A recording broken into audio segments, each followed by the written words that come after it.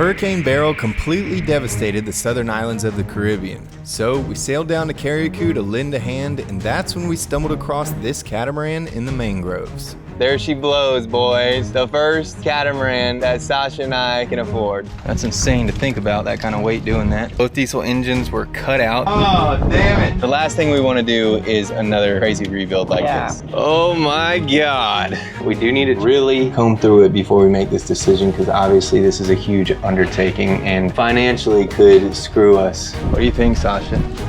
I think we should do it. How often does a chance like this come by to own a dream boat for a fraction of the cost? Let's go have a drink on it. Time to make some decisions. We went home, crunched some numbers, and really asked ourselves if we wanted to take this on. I mean, we just spent the last 2 years refitting a monohull so we could sail it around the world, and made crazy sacrifices and jumped through many hoops to make that happen. And I don't see this project being any different from the last one. Would we rather sail around the world on a catamaran? Hell yeah. But we had to think long and hard because this one could financially screw us. Well, we're doing it, baby! we're doing it!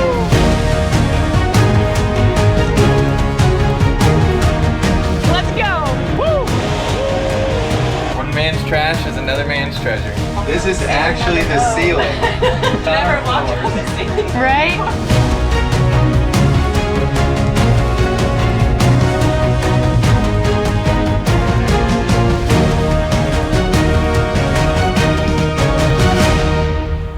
Oh boy. I honestly don't know where to even start.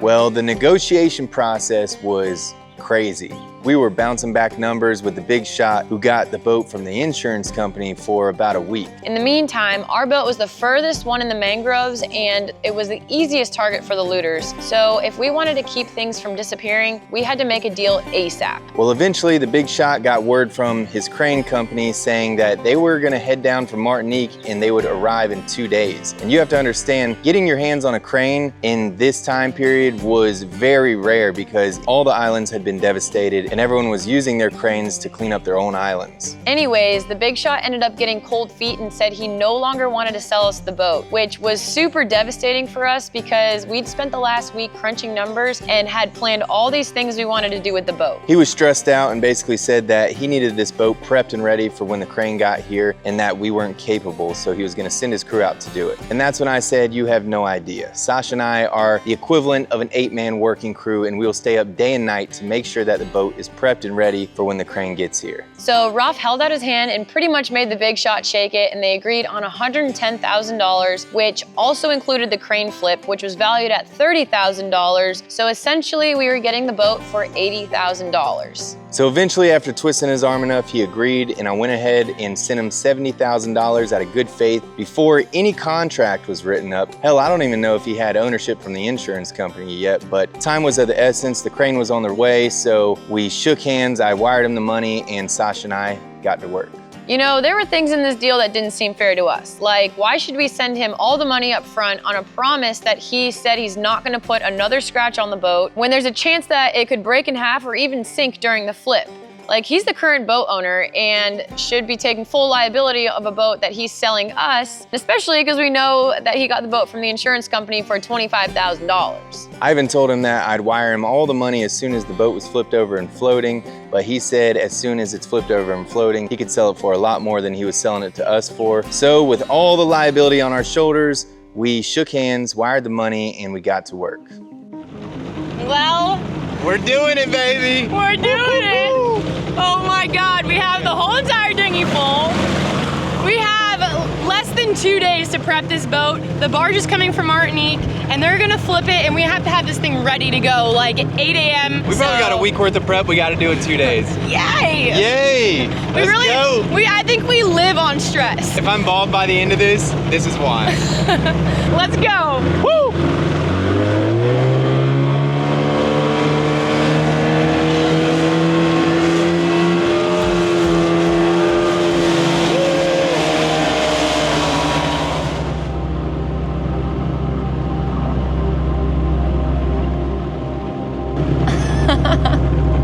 Yikes. Are we really doing this? You guys, we are officially doing this. We are officially, it is confirmed. We are the owners. hands have been shaken. Yep, that's the new baby. Yep, that is our wise investment. Great investment. We're great That's investors. our 401k right there, boy. Sit on the mangroves. Well, it's time to get to work because we got a lot to do. Oh boy. Here we go. Okay.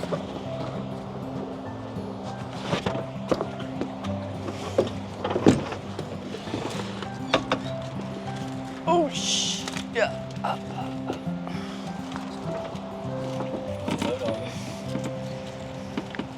Shit, dude, we got a lot, Sasha. We got a lot.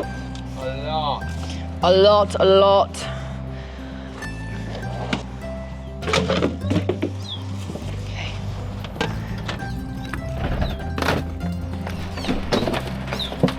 Oh boy.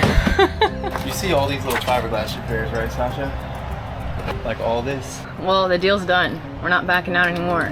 All right, guys, so there is a crane coming in 2 days. We got a lot to do. We are gonna take off all these stanchions because we're gonna flip the boat like this onto this side, which means we have to like clear out the mangroves here for when it lands. We're gonna put a bunch of car tires there. But our main goal right now is to strip all the hardware that needs to be stripped, all the drawers, all the doors, and all the trash that's in it, and try to lighten this load as much as possible. And we're putting a lot of money on the table. The guy wanted us to assume full liability, so we went ahead and paid him in advance, not knowing if there's gonna be any more damage done when the boat gets flipped, which is probably pretty stupid. But if he flipped it with the crane and all went well and it was floating, he could probably sell this boat for double. So I get it. We are gonna risk it for the biscuit. We're gonna roll this dice, and hopefully this Lagoon 450S will be the next spirit animal. Not hopefully, it will. It will be. It is going to be. Let's do it. Yeah!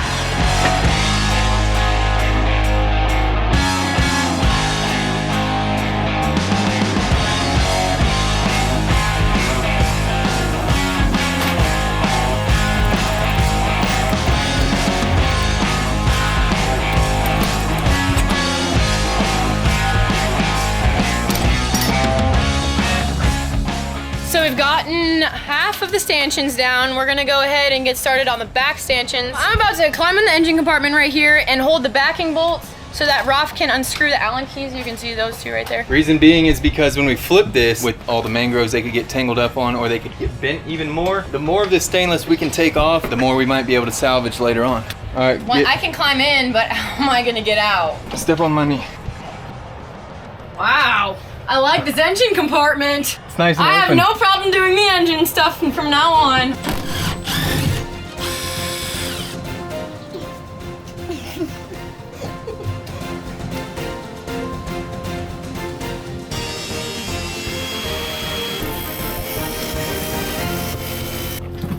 Ta-da! What's that? Dude, you ever wonder what the inside of one of these looks like? I think that's like a Wi-Fi thing. That's actually insane. That's a legit satellite. Is it heavy? Yeah. Don't fall. Easy for you to see. Tell you what, I did not miss the rehab until I edited videos for a year. And now I'm kind of like looking forward to this. And I'm looking forward to being on a 45-foot catamaran. You've been looking forward to being on a cat for like the day you went on a monohull. Yeah, that heel life is not meant for me, bro. Well, it kind of just hit me that this is our boat. We're proud owners of a catamaran. Proud owners of a catamaran. And I know it looks bad, but this is a boat that would have taken us probably 5 years, maybe 10, until we could afford it. One man's trash is another man's treasure. We have a catamaran.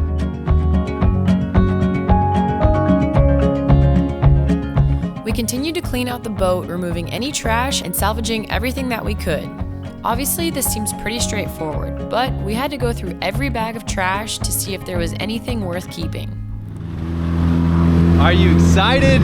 Yeah, this is gonna be like living in a house. It is a floating condo.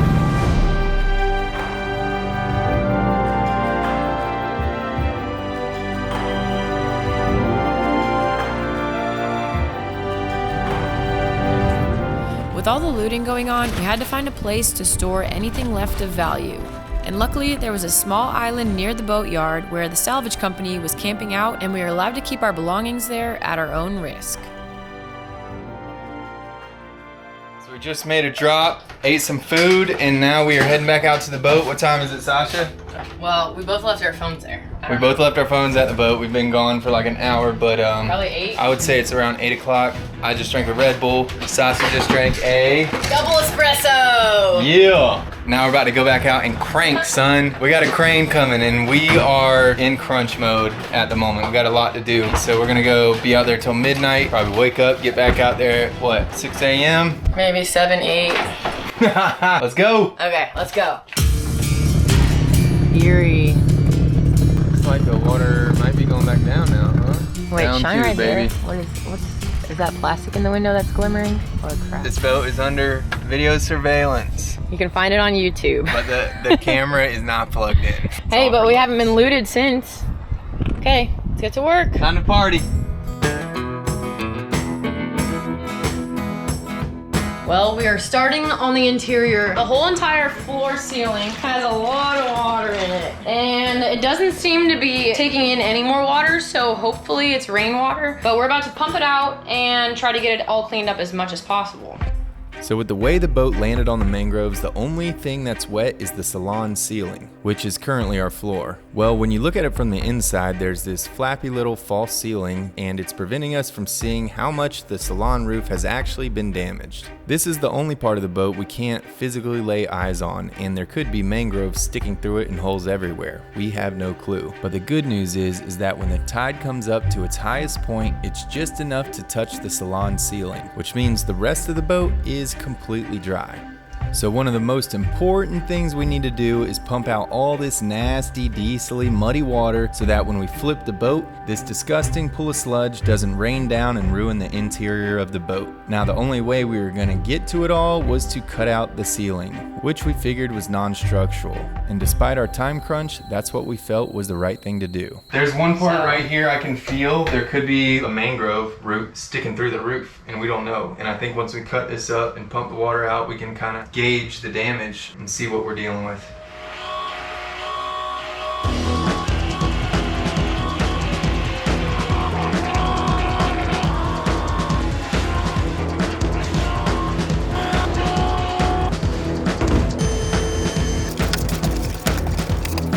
You don't think that's glass? It does feel like there's something around it, but when I reach my fingers here, there's nothing in that. And all this is to hold the light at the right height. But we got different plans for the ceiling.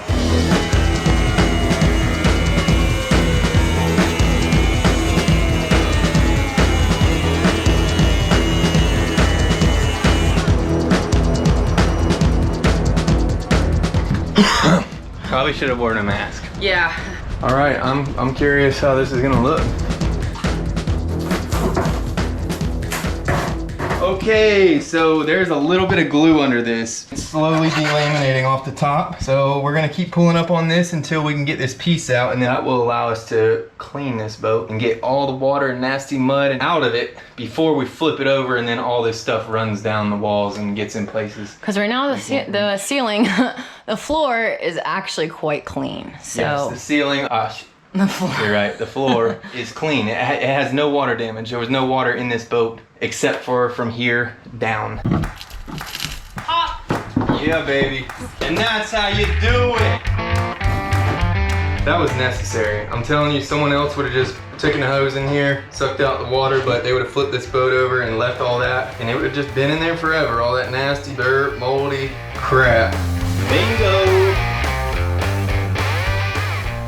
Cutting out that panel was definitely the right thing to do. We were blown away at how much would have been left behind. All that yumminess. And we were relieved to see that there was no roots poking through the ceiling or any wet, rotten spots. That's how you do it. Clean. Well, one of our big dilemmas was that the door was forced open. It's completely off the track. So we gotta figure out how to get it back on. Without breaking it. Yeah, because that would be very expensive. And I used to figure out how to get the door out. Well, I got that. Don't you worry. Well, the door was stuck inside of the jam because the weight of the boat was rested on the roof and compressing the boat like a sandwich. After a while, we realized we would have to start removing cabinets to get it out. We need to take this cabinet out anyways to just clean up under here. It's nasty. And just like any boat project, somehow 20-minute jobs turn into 2.5 hours. Are you kidding me? It's not that easy. It's been a very long first day, and although we've been busting our ass, it feels like we've barely made a dent. The world's heaviest, most pain in the ass door. Somehow the door managed to stay in one piece, but it was well past midnight and we were starting to get tired, so day one was coming to an end. The stress was really starting to set in. We had so many projects we needed to get done, and tomorrow was the last day before the crane shows up. We still had to finish cutting the ceiling in the salon and flush out all the mud in the ceiling in the cockpit, remove the sail drives and patch up those holes, finish removing all the rigging, secure the front crossbeam, cut a ton of mangroves, patch the holes on the side of the boat, and we haven't even touched the inside of both of the pontoons where the cabins are. The list is massive, and we've got one day left to do it.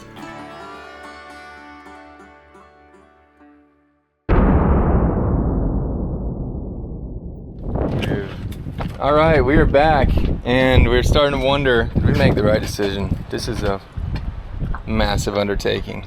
Yeah. We've got a lot to do today. And it's just the two of us. The price you pay for the good life.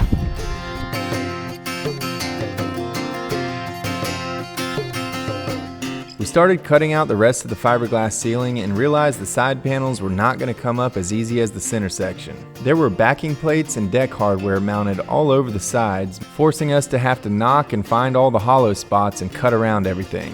Additionally, these fiberglass beams were only glued down to the ceiling and popped when the cap flipped over, which means we were going to have to cut out the ceiling regardless in order to fiberglass them back down properly. All right, we've got access all up under these false ceilings now. And now we can really clean all this mud and nasty water out. We are gonna take some soapy water and maybe even a pressure washer if we can get one. Still got a long way to go. Okay, so we are in the master owner's side of the boat. Clearly it is quite turned up still. Gonna grab out all the trash. There is a whole bunch of water in the shower over there. So gonna go pump it out right now and start attacking the side of the boat. It's crazy. It's like a tornado went through the inside.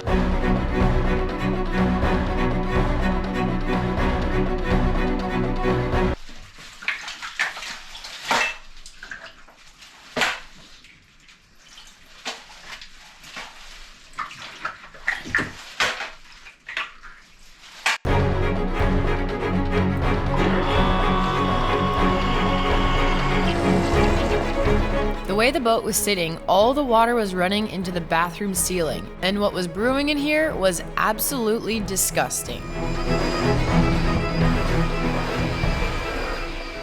Surveyor's here. What? I said our surveyor's here. Look what the tide washed in, literally. Hi.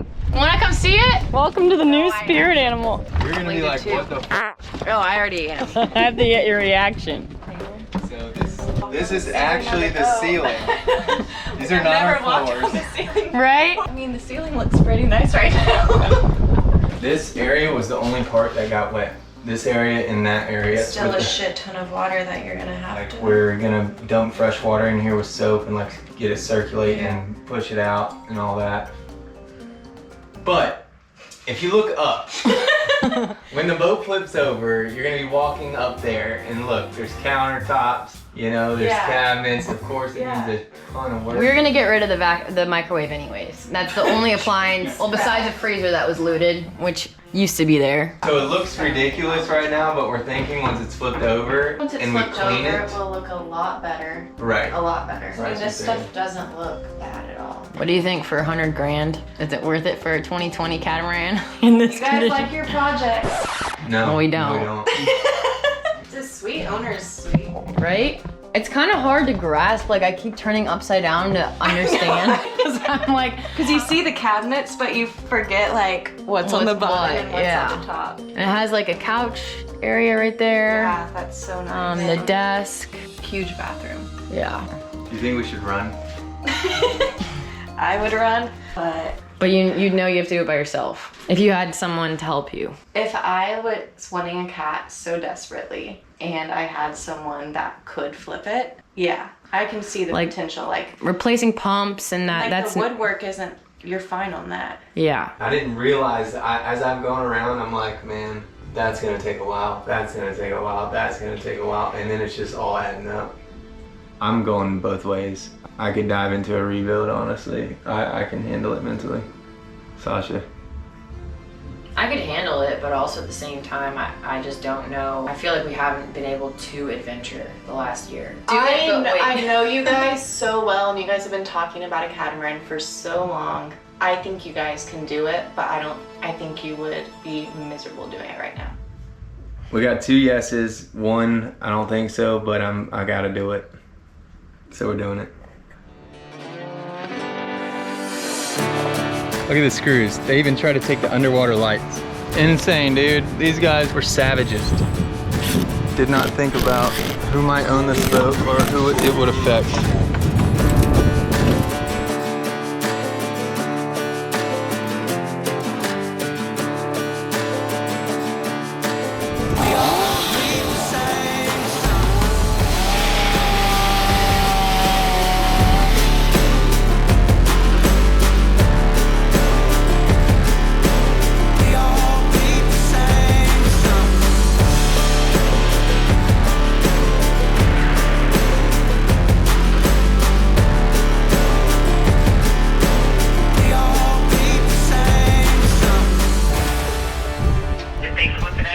No, not yet. I'm not even halfway close to being ready for it to flip. Well, that's a lot of floorboards, A lot of floorboards. cabinet covers. And I've been crying for the last hour. I've been like having second thoughts. Yeah, he's like, are you sure you want to do this? The more we go around, the more I see every little thing we're gonna have to fix, and it's all adding up. The guy who sold it to me said these are the best kinds because just a little bit of water got in the ceiling in the salon. But I mean, after it got looted with the muddy footprints on every ceiling panel and all the cut wires and all the cut gas lines, it's one thing after another. I'm starting to see all of our material costs skyrocketing. Sasha wants it. I'm the optimistic one. I think this boat is in slightly better shape than Spirit Animal was when we first got it. And we don't have to rebuild a galley. We don't have to rebuild an office. We don't have to rebuild like any of that stuff unless we choose to. It's not that she's the optimistic one and I'm the pessimistic one. It's that she is a little bit naive and I'm a little bit more real because I know exactly what is gonna go into each project. But I need the optimism because obviously this last hour I've been down and out, and you know, her positivity has kept me in this thing. Gotta do what we can, keep our heads up high, and just keep chugging along one project at a time. Right? Right. Start that engine. Untie I'll get the it. painter. At least it's not one of these guys.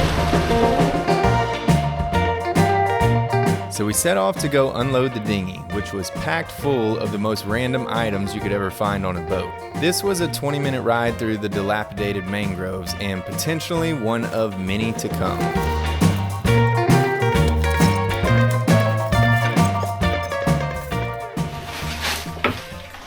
I think there was a pregnant lady on here because I think that machine was for milking Really? titties. I mean, I'm finding diapers over here. Those aren't diapers. What? Those are pads. These are? Yeah. Oh, well, then I don't know what the pump was for. I think it was a CPAP machine for the guy to be able to breathe.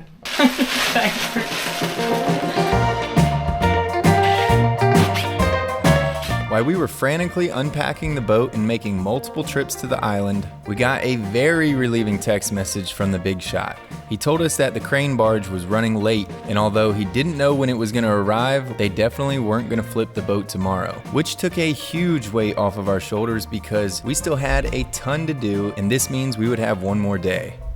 So we are beat. We're gonna take the rest of the night off. Another early start tomorrow. And bringing the tools so they don't get stolen like everything else. Yeah.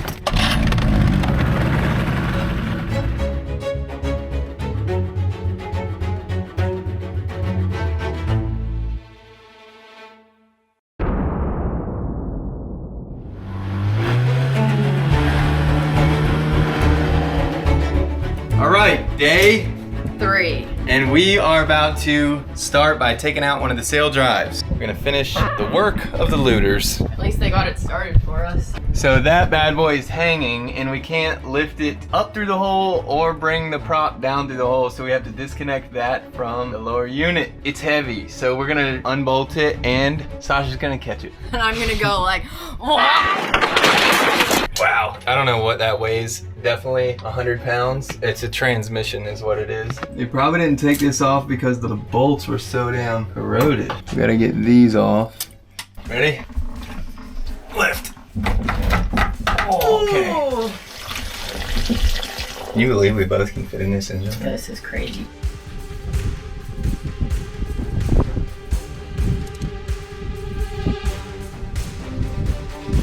Ready? Yep.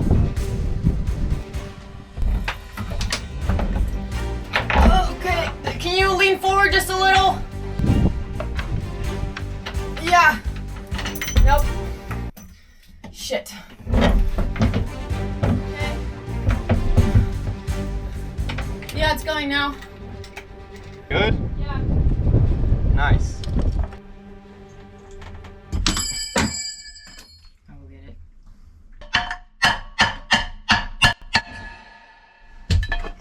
See why they call that a bell housing? Because I am deaf. Okay, dude, we're cutting out the sail drive gasket. I've only ever seen rubber ones, but these are fiberglass and I tried to keep them, but they're unsalvageable. We gotta cut them or break them or disassemble the lower unit and we're not gonna do that. Time is of the essence. Whoa.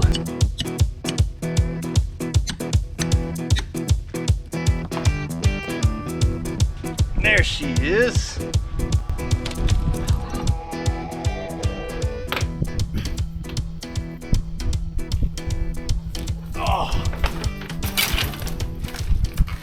This was off of a boat in the yard, so this will give us the pattern we need. We're gonna cut out a piece of plywood in octagon shape and a piece of fiberglass to go over that and bolt it on as a temporary patch.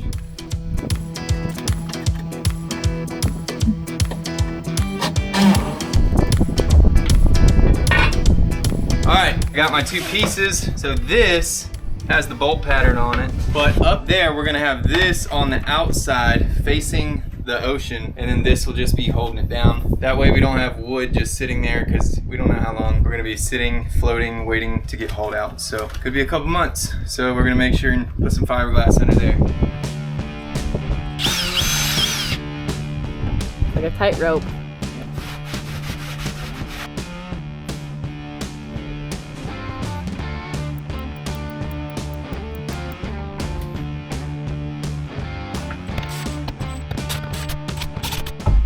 Solid. Moving on to the crossbeam, we had no idea where to start. There was nowhere to stabilize a bottle jack to push the two pieces together, and there were a lot of metal pieces hanging loose that could potentially cause more damage during the flip. With all the hurricane debris in the mangroves, we figured we'd scavenge some 2x4s and lash it all down tightly. Oh, Ooh, it's slimy. We're what you call mangrove divers. Oh wait, there's a piece. What's that piece back there?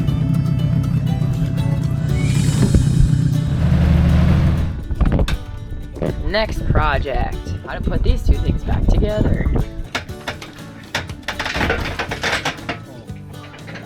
Now that we had some boards, we had to figure out how to put our plan into action with the limited resources we had available to us. So right now we found a 2x4 in the mangroves. We put it on both ends and now we're ratcheting up the middle, trying to secure it best we can. It's proving difficult. All this is a lot heavier and sketchier than it seems. So yeah, let's keep going. Another 30-minute job turned into 3 hours. We wanted to make sure this was strapped nice and tight. We had no clue how they planned to strap the boat up before they flipped it with the crane, and we felt like we needed it as tight as possible because the crossbeam provides some sort of structural support. So we just finished strapping this as tight as we could. The beam is not straightening anymore. This is more or less bowing. So it's probably about as straight as we can get it with what we did. We rigged up a little line between the pontoons. It's pretty close. Looking pretty good. What do you think? I have no clue how much movement there's gonna be here, but it's as good as we can do. Yeah. We lashed the beams for another hour using every piece of scrap rope we had. We wanted to make sure it was nice and tight. Good. We got it strapped down. All right, we are stressing. This crane needs to, we might pay him just to sit for a couple days because I really want to deep clean this thing. At this point, the boat was 80% of the way prepped, and the crane was still supposed to show up in the morning, which of course had us stressing. But that last 20% was still a lot to get done, and we were gonna do whatever it took to get there, even if it meant staying up all night.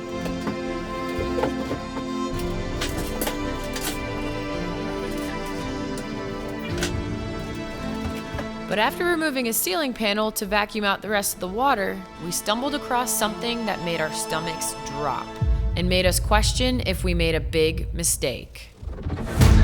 This damn boat. Don't know what we're doing, man. This is all up under the floors. Right there, that trough goes all the way under the ceiling, all the way up there to the diesel tanks. There's diesel under every floorboard. Or, I say floorboard, but I'm talking about the ceiling is stained, needs to be replaced. Half of them need new wood because they're all saturated in diesel.